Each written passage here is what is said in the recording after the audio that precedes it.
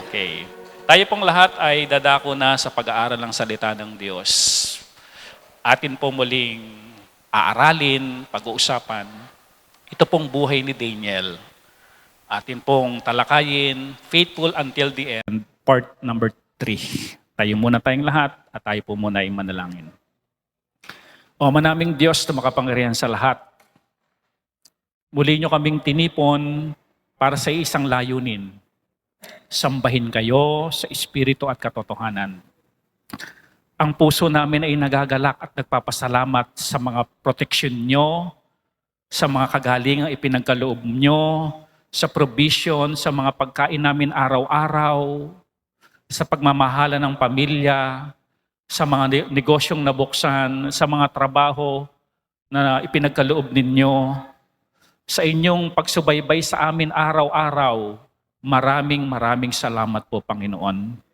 At ngayon po, narito po kami, muli naming papainggan ang inyong tinig sa pamamagitan ng inyong mouthpiece, ang inyong lingkod. Mangusap kayong patuloy, palaguin kami spiritually, at patadagin kami sa pamamagitan ng kwento ni Daniel. Help us, Lord. Let the Holy Spirit speak to us. At kami rin, Panginoon, ay humihingi ng awa sa inyo sa mga mali naming inisip, mali naming ginawa, na talagang hindi kayo nalugod, sa mga nasabi namin, Panginoon, na taliwas sa nais mo. Patawad po. Linisin kami sa aming kalikuan, maging karapat-dapat dahil sa inyong biyaya. Salamat po. Itong lahat ay aming panalangin sa inyo sa pangalan ng aming Panginoong Hesus. Amen. Makakaupo na po ang lahat. Every believer will one day face a moment when obedience to God conflicts with the commands of men. Darating yan sa buhay nyo. Kayong mga nagtatrabaho, darating sa buhay nyo na isang araw, papapasukin na kayo ng linggo. Dadating yan. Dadating ang panahon na ipagbabawal na tayong manalangin. Darating ang panahon, babawalin na ang ating worship. Lalo na kapag nasakop na tayo ng China. Kaya panalangin niya, huwag China ang sumakop sa atin. Sino ang gusto niyong sumakop sa atin? Amerika. Are you with me? Darating yan. Babawasan ang grade mo pag hindi ka umaten sa kanilang retreat. Naalala ko si Aisel, talagang binantaan doon sa eskwelahan niya na kapag hindi sumama sa kanilang retreat, mawala sa honor, magiging horror na lang si Aisel. Pero ang batay na nindigan, mga kapatid, ano man ang sitwasyon natin sa buhay, someday, darating sa buhay natin na yung iuutos ng tao, yung batas ng tao, ay against na sa kalooban ng Diyos. Ano ang ating gagawin? Ating pong subaybayan ang kwentong ito sa buhay ni Daniel, at point number 2 na po tayo, Daniel's danger. And then, atin munang pag-usapan yung karakter ng prophet, kasi itong si Daniel ay prophet. Under that, faithful in prayer. Isa sa ugali o karakter nitong propeta Daniel, siya ay faithful in prayer. That is regular. Basahin natin. Daniel chapter 6 verse 10, yun na lang pong may highlight ang babasahin ko. He kneeled upon his knees 3 times a day. 3 beses sa maghapon, nagpe-pray siya. 3 beses maghapon, kinakausap niya yung Diyos na makapangyarihan sa lahat, Diyos na may likha ng sanlibutan, Diyos na nasa trono, Diyos ng mga Diyos, Hari ng mga hari, Panginoon ng mga Panginoon, nakikipagniig si Daniel sa kanya 3 times a day. Meron po akong itatanong sa inyo at siguradong sasang-ayon kayo. Ano po? Sino po sa inyo ang gusto, yung inyong pagtitiwala sa Diyos ay firm? Yung bang pagtitiwala niyo sa Diyos ay hindi kayang ugain. O, sino may gusto pong ganon, say amen. In fact, mga kapatid, kaya tayo nagpupunto sa church, umaatin tayo ng prayer meeting, nagpipray tayo, umaatin tayo ng worship, iba nagba-Bible school pa, para ano po, isa sa mga dahilan na kaya natin to ginagawa, nakikinig tayo ng preaching, kahit antok na antok tayo, pinaglalabanan natin ang antok, kinukurot natin yung mga katabi natin kasi nahahawaan tayo ng antok. Bakit natin ginagawa yon? Talagang tayo nagsusumikap na makinig ng salita ng Diyos para tumatag ang ating pananampalataya. Mahalaga mga kapatid na tumatag ang ating pananampalataya. Bakit po? Dahil lagi pong mayroong crisis. Lagi pong may problema. Lagi pong may danger. Sino na sa inyo ang mayroong go bag? Alam yung go bag? Andoy may pagkain ka, may tubig ka, pag lumindol, takbo ka. Andun na lahat ng kailangan mo, nandun yung sa bag mo yung rep, yung plancha, lahat. Kaya pag takbo mo, buong bahay, dala-dala mo. Mahalaga mga kapatid, yung tumibay, yung ating pagtitiwala sa Diyos. Dahil anytime, anywhere, may panganib at pwedeng lumindol dito sa Bulacan. Alam niyo po ba kung ilang lindol ang naranasan ng Pilipinas ngayon lang? Isa-isahin po natin. Magnitude 4.4 sa La Union noong October 9, 2025, 10:30 a.m. Magnitude 5.1 sa Zambales, October 11, 5:32 p.m. Magnitude 4.5 sa Isabela, October 11, 12:54 a.m. Nakakailan na? 3. Magnitude 4.1 doon sa Southern Leyte no October 11, 9:55 p.m. 4. Magnitude 6.9 sa Cebu noong September 30. Ilan na? 5. Magnitude 6.0 sa Surigao del Sur, October 11, 10:32 p.m. 6. Magnitude 7.4 sa Davao Oriental, October 10, 9:43 a.m. 7. Magnitude 6.8 sa Davao Oriental, October 10, 7:12 p.m. 8. And then pang-siyam, Davao Oriental, October 11, 6:27 p.m. Siyam. Kapatid, kailangan ba nating tumatag sa pananampalataya? Yung pagtitiwala sa Diyos. Ito po'y nakakatakot. Ito po'y kakabahan ka. Ito po'y mag-aalala ka. Ito po'y mawiwindang ka. Hindi na po biro ang nangyayari. Kakwentuhan ko po isang araw ang aking kuya, sabi niya sa akin, alam mo kapatid, alam mo pastor, sabi sa Bible, kapag wicked daw ang isang bansa, pinaparusahan ng Diyos.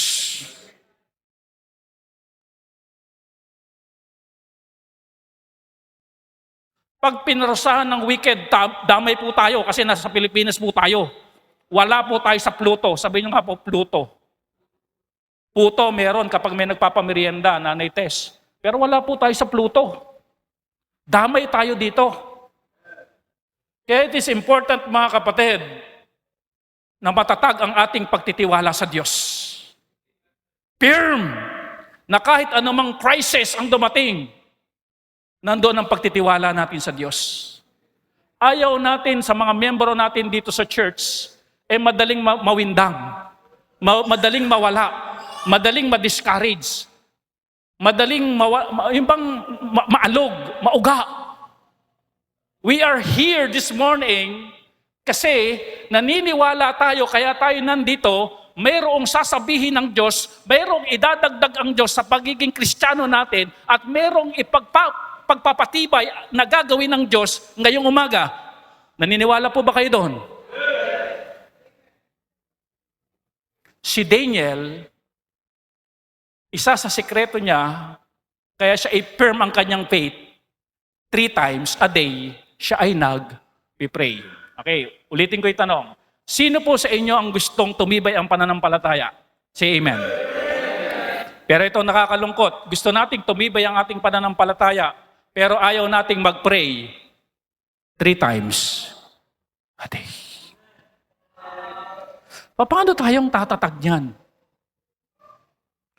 Marami pong hahatak ng ating oras. Marami po talaga, napaka-busy talaga ng mundo. Sabi nga ng kuya ko dito pala, napakarami palang trabaho dito, hindi matapos-tapos. Mga kapatid, minsan sa buhay natin, sabihin natin ng ganito, magkaroon tayo ng magandang habit. Ano po ito? Stop mo na yung mga labahin na yan. Stop mo na yung plantsahin na yan. Stop mo na yung laging pamamalengke. Order na lang muna kayo sa Jollibee. Amen? Tapos, stop mo na yung mga kung ano-anong kabisihan na yan. Maglaan ng oras sa Diyos. Ang tawag ko minsan dito, quiet time. Yung tahimik na oras, nakasama mo ang Diyos. Yung pupunta ka sa isang lugar na tahimik at makikipagniig ka sa tahimik na lugar na yon sa Diyos. At yun ang ginagawa ni Daniel, umuwi siya sa bahay, binubuksan niya yung bintana, lumuluhod siya at nagpe-pray siya sa Panginoon at nagpapasalamat siya sa Diyos. Ito po napuna ko kay Daniel kung bakit nakalagay sa Bible, nagpapasalamat siya sa Diyos. Kasi yung intimacy niya sa Diyos, nandoon close siya Kaya nung malaman niya yung decree na papakain siya sa leon pag nag-pray siya, parang sinasabi ni Daniel, alam na this. Are you with me? May Diyos ako. Kaya sa halip na ako'y magreklamo, sa halip na mag-contest ako sa batas, papasalamatan ko na lang ang Diyos kasi alam ko na kung ano ginagawa ng Diyos Kilala ko na ang Diyos ko Malalim ang pagkakilala ni Daniel sa Diyos. Alam niyo, mahalaga yung malalim. Sabihin niyo nga po, malalim. Mahalaga ang malalim. Kapag ikay nag-building, 3 dangka lang ang pundasyon, mahina po yun. Pero subukan mong mag-building ka na yung pundasyon, mga kapatid, ay 3 tao ang lalim. Tapos ang building mo, first floor lang. Are you with me? Matatag yun. Kaya po yung sinasabi natin, yung malalim ang relasyon sa Diyos. Kapag malalim ang relasyon sa Diyos, matatag. Hindi kayang tinagin ng danger, ng panganib. Paano ka tatatag? Araw-araw ka maghukay. 3 times a day. Amen? Your foundation, ang iyong pananampalataya, ang pundasyon ng iyong pananampalataya, araw-araw mong hukayin 3 times a day. Kung minsan ginanon lang, okay na. Laliman po natin. Sabi dito, a Christian strength in crisis depends on his habits before the crisis.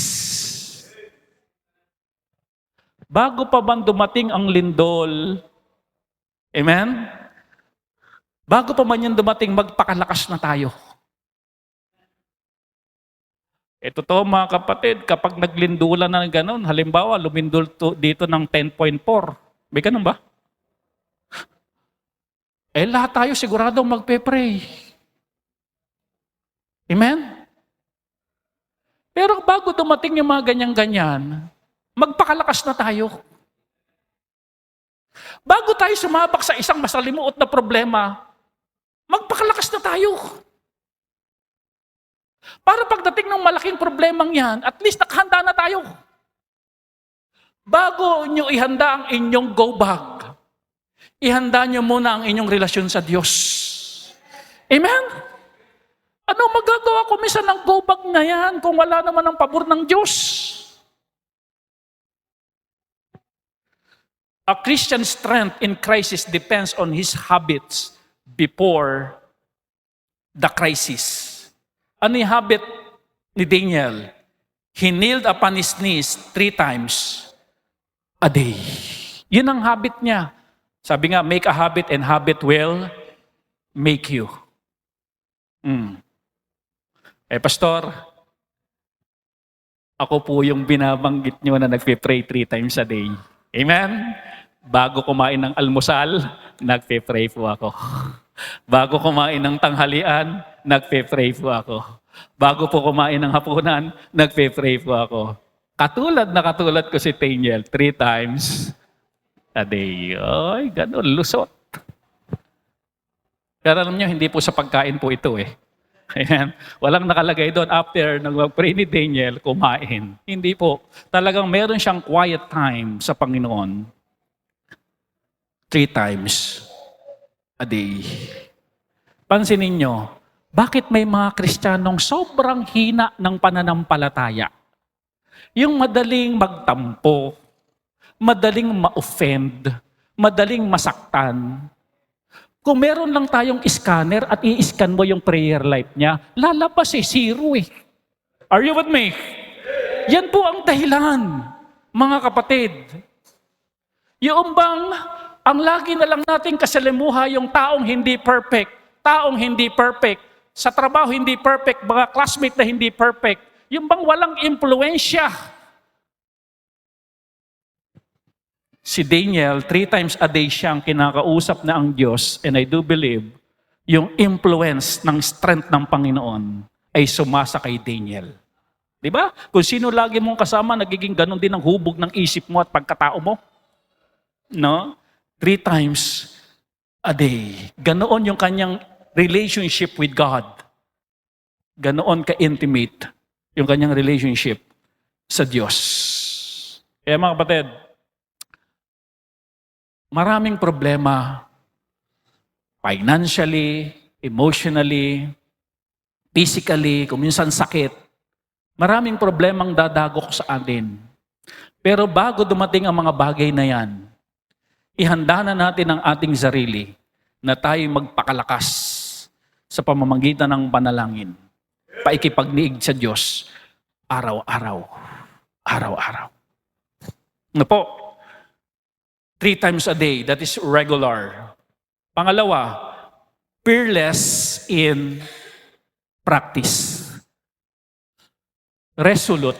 When we say resolute, hindi natitinag. No?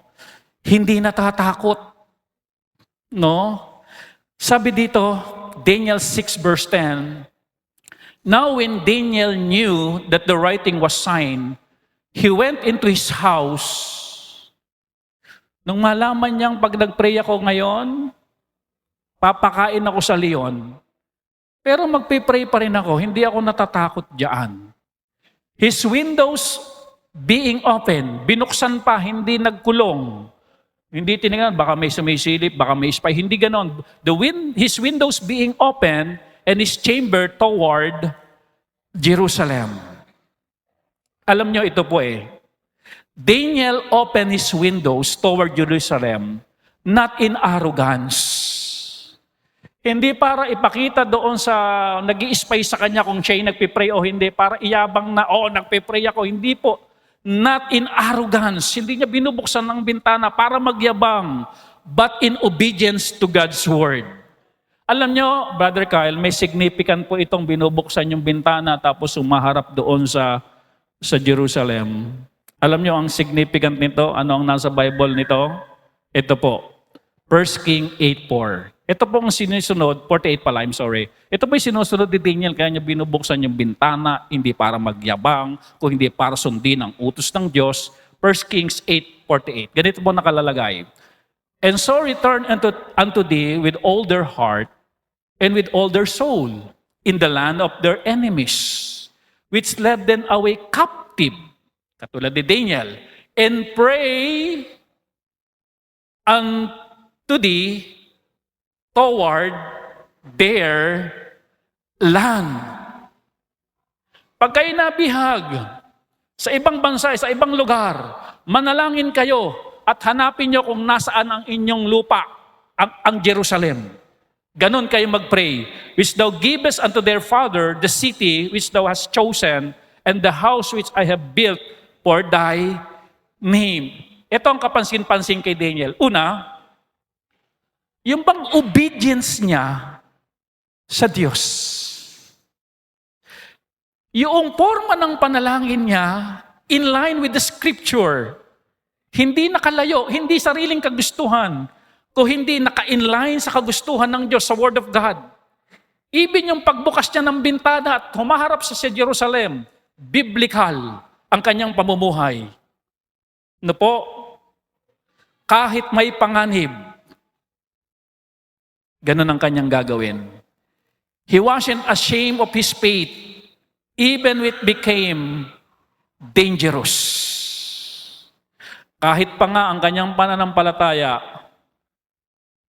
ang nakaumang ay panganib. Di siya nahihiya. Mga estudyante na narito ngayon, huwag kayong mahiya. Pagkakain kayo sa school, na kayo nagpapasalamat sa Diyos. Mga magulang, encourage nyo ang inyong mga anak. Anak, may baong ka ngayon, kakain ka dun sa school ng merienda, ng tanghalian. Anak, huwag kang mahihiya na ikay magpasalamat sa Diyos. Ano po? Huwag kang mahihiya. Sabi ng Bible, sino man nagkakahiya sa akin, ay ikahihiya ko rin. Fearless in practice. Ano? Huwag kayong mahiya na ma-identify kayo na kayo ay Kristiyano. Huwag kayong mahiya na ma-identify kayo na kayo ay member ng Baptist Church. Amen? Huwag mahiya. Fearless in practice. Alam nyo, kwento-kwento lang tong kay Daniel.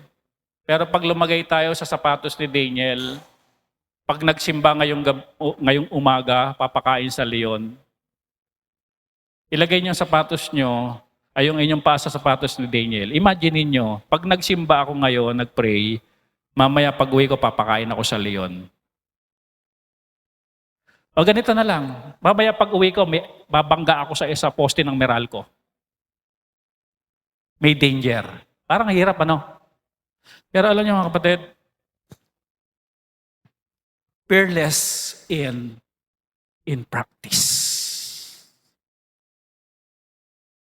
Kahit alam ko na may danger sa gagawin ko pa rin.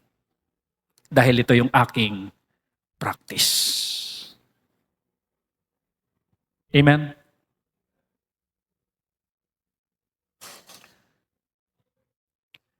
And then pangatlo, firm in purpose. Reverent. Daniel 6:10, and gave thanks before his God as he did aforetime. Kaya ko po inilagay sa outline natin na firm in purpose, reverent or paggalang. Ganito po yan mga kapatid. Naka-encounter na ba kayo na ginawan mo ng pabor yung tao tapos hindi man lang nagpasalamat sa'yo? Sino na ang nakaranas ng ganyan? Wala yatang gano'n na. Lahat tayo, di ba? Yung bang ginawan mo ng mabuti, something na may ibinigay ka, meron kang pabor na ginawa sa kanya, inasikaso mo siya, lahat ginawa mo, may mga ganong bagay. Tapos, hindi man lang nagpasalamat. Tapos, in return, parang masama ka pa. Parang obligasyon mo pa na gawin yun para sa kanya. Di ba? May nga ganon. Ano kung minsan ang naiisip natin? Napaka-ungrateful naman ito. Napaka-bastos. Kung minsan ganun eh. Pero alam niyo mga kapatid, yung meron tayong ginawa ng pabor kahit maliit lang, sobrang nagpapasalamat, feeling natin mga kapatid, tayo galang na galang. Are you with me? Grabe naman ito. Napakaliit lang nung ginawa ko sa kanya. Abay, hindi matapos-tapos ang pasasalamat. Grabe naman yung respeto sa akin ng taong ito. Grabe naman yung paggalang ng taong ito. Grabe naman yung gratitude ng taong ito sa akin. Masyado naman akong nire-respect ng taong ito. Mga kapatid, listen to this. Kapag po tayo ay nakatanggap ng mga biyaya sa Diyos, pag tayo po ay nagpasalamat sa mga biyayang iyan, iginagalang natin ang Diyos.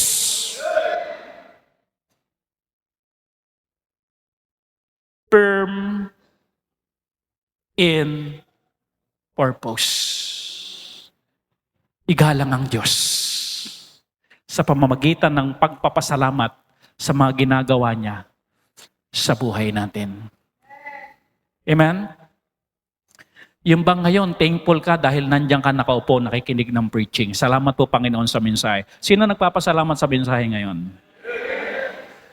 Lord, salamat po sa ipinrefer niyong message. Ginamit niyo lang po ang aming pastor para ito po ibigay po sa amin. It's either rebuke, correction, or pag-strengthen, pag-encourage. Ano man ito, Panginoon, maraming salamat po. At pag ginagawa natin yung mapagpasalamat sa panalangin, nagbibigay tayo ng galang sa Diyos. Iginagalang natin siya.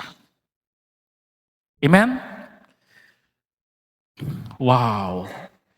His prayer was reverent with thanksgiving, not complaint. No, reverent. Alam nyo, ang hirap kasama ng taong ungrateful. Meron nga tayong kasabihan binusog mo na pero hindi man lang nakalasa. Di ba? Ang pangit. Bundot na yun diyan pero parang walang nalasahan. Abay, pinainom mo na ng 3 litrong Coca-Cola. Abay, parang uhaw pa rin. Pero yung mga taong grateful, salamat po. Salamat po. Yung talaga nasa puso, hindi yung nasa bibig lang yung pasasalamat. Salamat po. Grabe. Respeto nito sa akin. Ang equivalent, mga kapatid, yung pagpapasalamat, respect di po ba?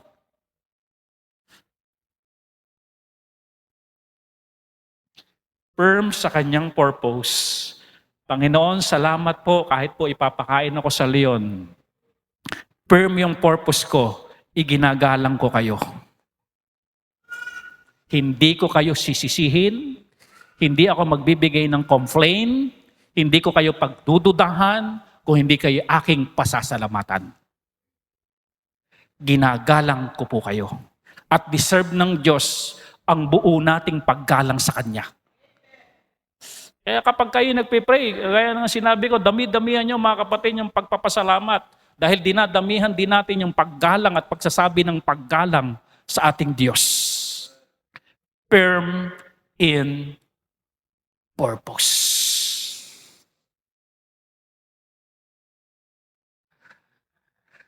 Amen. Sa aming mga lalaki, kapag kami ay kino-commend, parang ang feeling na halo namin parang lalong macho, parang astig talaga. Pagka yung pinupuri, pinaano, wow, galing. Nakaka-boost ng, you know that? Ano po, his prayer was reverent with thanksgiving, not complaint. Pakitapik mo na yung mga katabi, medyo mantok na, gising muna. Pinigbunan tayo ng preaching, galang po natin. Okay. Firm in purpose. Pasalamat po tayo na magpasalamat. Practice niyo po yan. Para na sa gayoon, yung pusong reklamador, matabunan, maalis na talaga. Unload na yan. Yung bang ganito, maraming baso ngayon doon sa may hugasin. Pero nasanay ka na magpasalamat sa Diyos. Ikaw ang naiwan dito. Hindi ka magrereklamo Salamat Panginoon sa mga nag-iwan ng mga basong ito, mapaglilingkuran pa kita in extension. Amen? Ang daming mga kalat dyan. Ako, yung mga young people, nag-fellowship, 3:00. Yung mga pinagbalataan, andyan lahat. Mga irresponsable. Hindi pinalaki ng magulang na maayos. Pero dahil marunong ka na magpasalamat, pasalamat sa Diyos. Lord, salamat po sa mga kalat na ito. In-extend niyo ang paglilingkod ko sa inyo. Are you with me? Amen? Pero yung mga young people, natuto na rin sila magpasalamat sa Diyos. Pasalamat, pasalamat, pasalamat. Nag-fellowship 3:00. Lahat sila marunong na.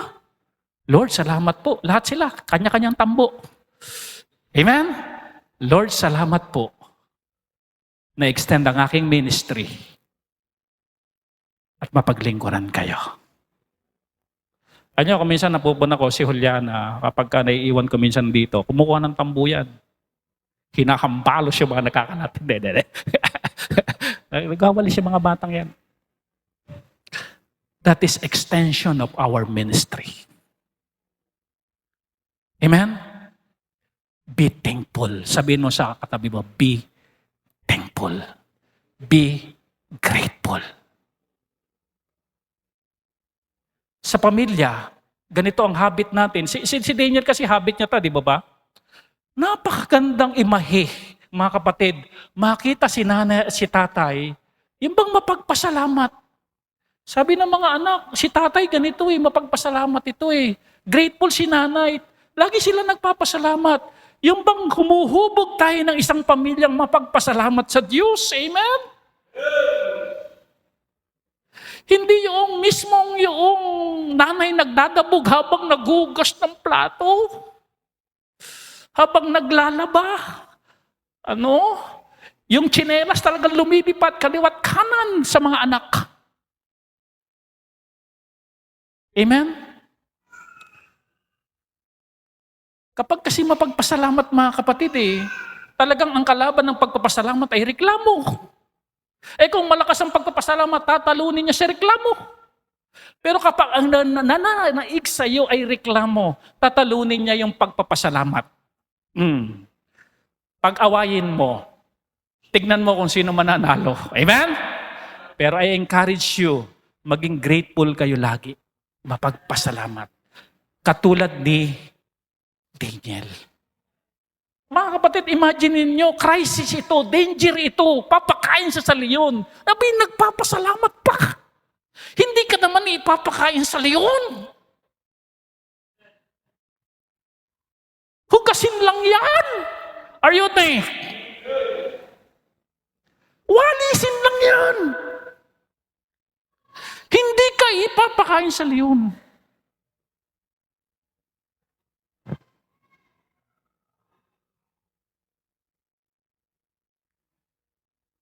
Firm in purpose. What is our purpose sa mundong ito? To give glory to God. Igalang ang Diyos. Matakot sa Diyos. Firm purpose. Bakit ka nandito? For the glory of God. Pasalamatan ng Diyos. Alam nyo, nakakuyabit ang demonyo kapag reklamador ka. Tignan nyo, kapag merong reklamo, nagiging iba espiritu ng bahay. Napapansin nyo ba yan? Parang may sanib isa sa atin dito Biglang lumulungkot para merong nagkakaroon ng tensyon. Kapag ganun Kaya gustong sakyan ng demonyo yung mga reklamador. Aking ka. Fellowship tayo. Pero yung mapagpasalamat ka, papakain ka sa salipa, magpapasalamat ka ba? Ang diablo talaga Aalis to, maghahanap na lang ng reklamador. Amen? Bakit ako magpapakahirap dito? Ang tatag-tatag nito, firm ito. Maghahanap na lang ako ng medyo, madali-dali. Matalino ang diablo. Hahanapin ko yung madali-dali. Ba't ako magpapakahirap? Ganito ang ginagawa ng leon. Pag meron siyang gustong kainin, sa kapulungan ng mga usa, unang attempt ng leon, para lang makita niya kung sino mahinang usa. Susunod na attempt ng leon, ang pupuntiryahin na niya yung usa na kung tumakbo ay gumaganon. Madaling mahuli yun. Pag pinamugaran ka ng reklamo, magandang dwelling place yan ng demonyo. Pero kapag ikay mapagpasalamat, walang puwang ang dyablo sa buhay mo. Firm in purpose. Kaya mga anak, gusto nyo bang kumuyabit ang dyablo? Magreklamo ka. Pero kung ayaw mo, wag ganon. Mapagpasalamat. Pag kayo pinaguhugas ng plato mga anak sa inyong bahay, magpasalamat kayo. Kasi itinitrain kayo for your future. Maraming kabataan nga hindi marunong maghugas ng plato kaya nang mag-asawa. Puro disposable cup at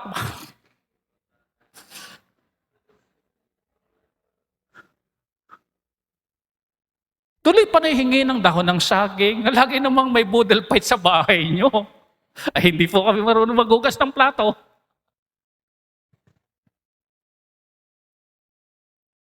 Magpasalamat. Kung kayo pinagsasaing sa bahay, magpasalamat. Kung kayo pinaglilinis ng bahay, magpasalamat. Para hindi kayo amhagin. Be thankful. Ano man ang ginagawa at ipinapagawa sa atin.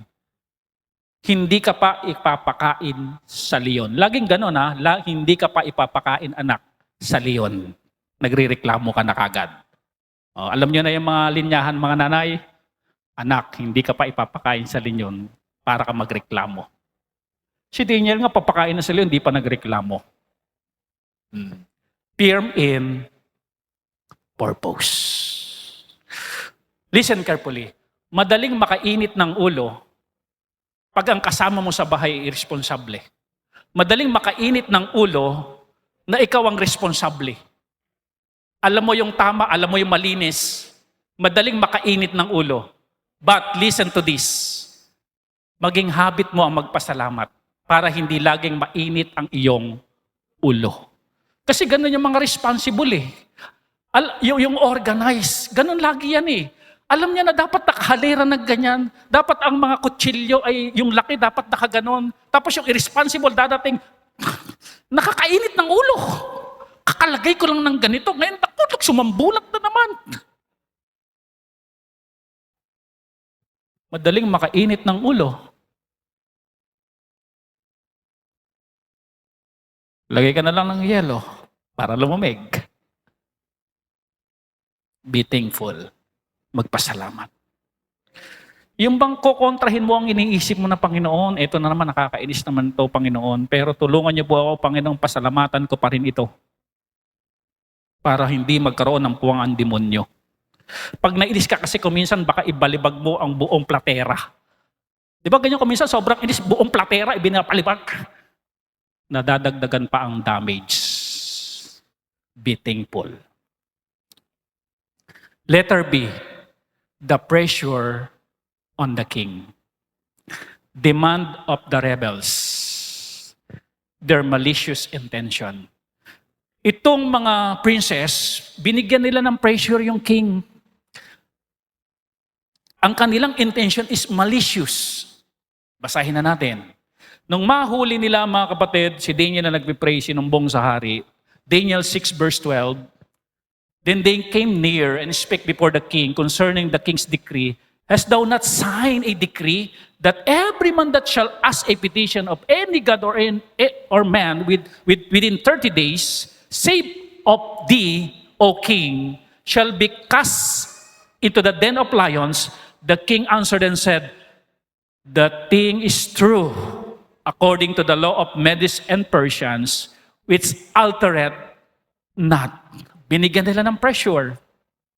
Mahal na rin, di ba, meron kayong pinirmahan na kung sino ang magpipray sa ibang Diyos liban sa inyo in 30 days, ano po gagawin, mahal na ari?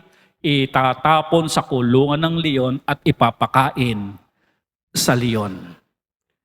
Alam nyo, nung paglapit nitong mga taong ito, tignan nyo po yung sinasabi diyan na nakadilaw na, O king. The word, O king, it is a formal, respectful way of addressing a ruler. Yung bang sabi nila, O king, di ba ipapakain sa leon? Your Majesty, yun ang equivalent yun eh. Kamahalan. Para baga ang galang na galang nila yung hari, pero meron silang malicious intention. Another word, kunyari. Kunyari nire-respeto, pero yung kanilang intensyon doon sa hari is malicious. Ito po ang principle. Evil often disguises itself as obedience. Akala mo concern, may motibo pala. Akala mo masunurin, hindi pala. Akala mo naghahanap ng justice, jealousy pala. Akala mo justice pero from the abundance of their jealousy, kaya nila ito ginagawa. Akala mo iginagalang ang hari, hindi pala. Ang evil po mapagkunwari. Sabihin nyo, mapagkunwari. Akala mo masunurin, pero hindi. May malicious intention. Yung bang kakaibiganin ka, pero meron palang motibo at intention. Scammer pala. Kaya listen carefully. Mag-pray po tayo sa Panginoon ng discernment na Panginoon, yung mga tao nakapaligid sa akin, ma-discern ko kung tunay na tao o meron lamang motibo. Are you with me? Yung bang lahat naman tayo magaganda yung mga kababaihan natin, kalalakihan natin, mga gwapo yan. Diba? Yung bang, sige, sama ako sa church nyo. Tama. Aba, nung makuha ka na, mapangasawa ka na. Anong simba-simba? Mag-stay ka dito sa bahay. Anong first fruit every third week ng October? Napakagastos ng simbahan na yan. Huwag ka na magsimba doon. Anong tithes offering? Babawasan mo pa yung budget natin? Huwag niyong ibibigayan. Kasi nakuha ka na. Are you with me? Mag-iingat tayo sa mga taong nakapaligid sa atin kung minsan, kaya sila nakikipagmalapit sa atin because of their malicious intention. Be aware. Maraming scammer. Amen? Yung bang gagamitin ka lang pala. Ito ginagawa nitong mga ito, ginagamit lang yung hari para parusahan, para ipakain sa leon si Daniel, di ba? Ginamit lang nila. Nalagdaan mo na, wala ka nang magagawa. Ipapakain na sa leon. Yung mga nag-pray within 30 days. Ganyan po ang diablo. Nakabihis tupa, pero lobo. Lobo, wolf. Kaya ganun po. Lagi yung isip, bakit ba ang bait-bait nito sa akin? Lagi magtatanong ng gano'n. Hindi naman masamang matanong, bakit ba ang bait-bait nito sa akin? Dahil ba una, maganda ako? Meron akong kotse na may payong? Ano kayang dahilan?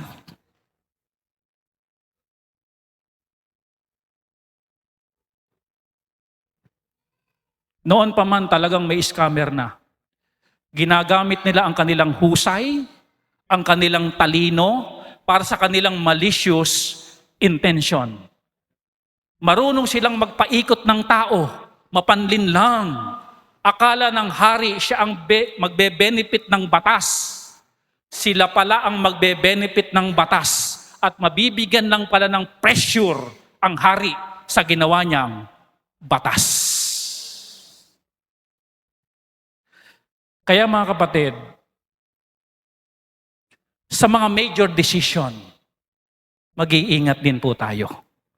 Baka yung major decision yan, pinag-decisionan na natin na yan, ang balik sa atin din. Yung problemang balik ng ginawa nating desisyon ay sa atin din. Mag-iingat po tayo. Ano po? Pangalawa, their manipulative strategy. Sabi dito, hast thou not signed a decree? Di ba? Pinirmahan mo na yung decree na sa'yo lang magpipray. 30 days, ikaw lang ang kikilalaning Diyos ng buong kaharian for 30 days. Di ba? 30 days, isang buwan, ikaw ang Diyos ng buong Medes Persia. Di ba? Nakakaano yan? Oh, grabe. Listen to this. The enemy delight in using our pride against us. Yan ang gustong-gusto ng dyablo. Na gamitin ang ating pride against us. Ginamit nila ang ego ng hari para matrap ang hari. Ang hari ay ginisa ang kanyang sarili sa sarili niyang mantika. Ang pride, laging tayo ang babalikan. Hindi ang iyong kapitbahay. Katulad ni King Darius. Kaya lagi natin, church, maririnig dito, mga kapatid, no? Bilang Kristiyano, alisin natin yung pride. Kasi ang pride, parang ano yan eh, yung ano binabalik yung ginaganon? Yung bumabalik. Parang bumirang ang pride. Pag ibinato mo yan, okay nga, lumilipad, tumataas nga. Pero ang balik niyan, kuminsan sa atin din. Ano? Katulad ni King Darius. Yung pride na siya ay maging Diyos for 30 days, ang binalikan siya din. Sabi ng Bible, pride goeth before destruction. Destruction.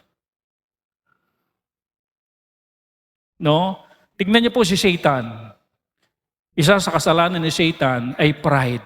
Ano ang balik ng pride kay Satan? Ibubulo siya sa everlasting fire. Kapatid, hindi ka makakaligtas sa pride mo. Babalikan ka niyan. Sabihin mo, babalikan ka niyan. Walang magandang balik ang pride. Kaya ang itinuturo talaga ng Bible, humility, humility, humility, pagpapakumbaba. Kasi ang pride talaga, mga kapatid, bumabalik yan. At ang balik niyan, grabe. Pwede kang wasakin. At ang demonyo, ang dyablo, gusto niya yung pride natin ay gagamitin din sa atin. Their manipulative strategy. And then, pangatlo, their merciless condemnation. Yung walang awang pag-condemn. Ano po nakalagay sa Bible? Shall be cast into the den of lions. Ang mahuling nagpipray sa ibang Diyos, walang awang itatapon sa kulungan ng leon at ipapakain sa leon. No? Para makita natin, Brother Kyle, yung kulungan ng leon, ano ba ginagawa ng leon pagka inihagis doon yung tao? Ito ano na to nung pass forward tayo para makita lang natin kung ano yung pag inihagis ka sana. Talagang merciless, talagang walang awa. Ito po nakalagay sa Bible. Pass forward tayo, verse 24. Nung hinagis na yung mga princess, yung mga nag-akusa kay Daniel, ganito po ang ginawa ng mga leon. And the lions had the mastery of them, and break how many bones? All their bones in what? Pieces, or ever they came at the bottom of the den. Ganun po mga kapatid, merciless. Pag hinagis ka sa kulungan ng leon, ipagwawagwagan ka ng leon at magkakadurog-durog ang buto mo. Ang pangan ng leon talagang ano yan yung powerful. Gaganyanin kanyan. Merciless condemnation. Sila ang nag-compose ng batas na yon na ganun ang parusa, walang awa. Kaya nga, maging mapagpasalamat kasi hindi pa tayo ihahagis sa kulungan ng leon.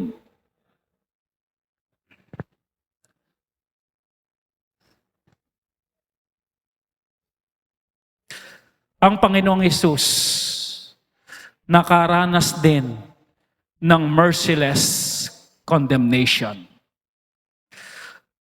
The cruel death penalty na nagawa ng tao sa balat ng lupa.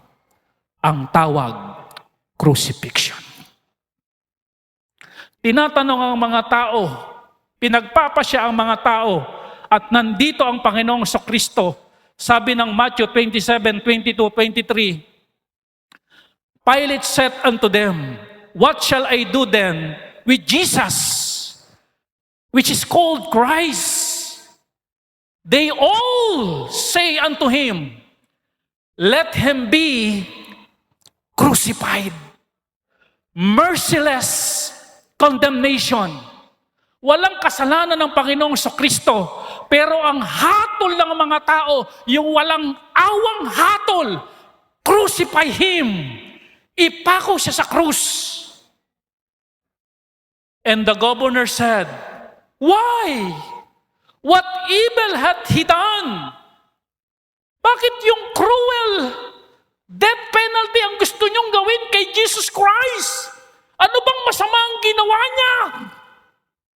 Anong sigaw ng tao? Nilakasan pa nila. But they cried out the more, saying, Let him be crucified. Merciless condemnation para magkaroon tayo ng kaligtasan. Hindi natakot ang Panginoon doon dahil alam niya yung ganong klase ng kamatayan ang magdudulot para magkaroon tayo ng kaligtasan. Amen? Tayo tayong lahat, tayo mananalangin. Ama naming Diyos, salamat po sa inyo pong mensahe ngayong umaga. Salamat Panginoon dahil hindi nyo inatrasan, hindi nyo inurungan yung merciless condemnation ng mga tao. Dahil ito po ang paraan para mabayaran ang aming kasalanan na magdudulot sa amin sa impyerno. Yung crucifixion. Yung kayo ay mamatay sa krus. Mabubus ang dugo.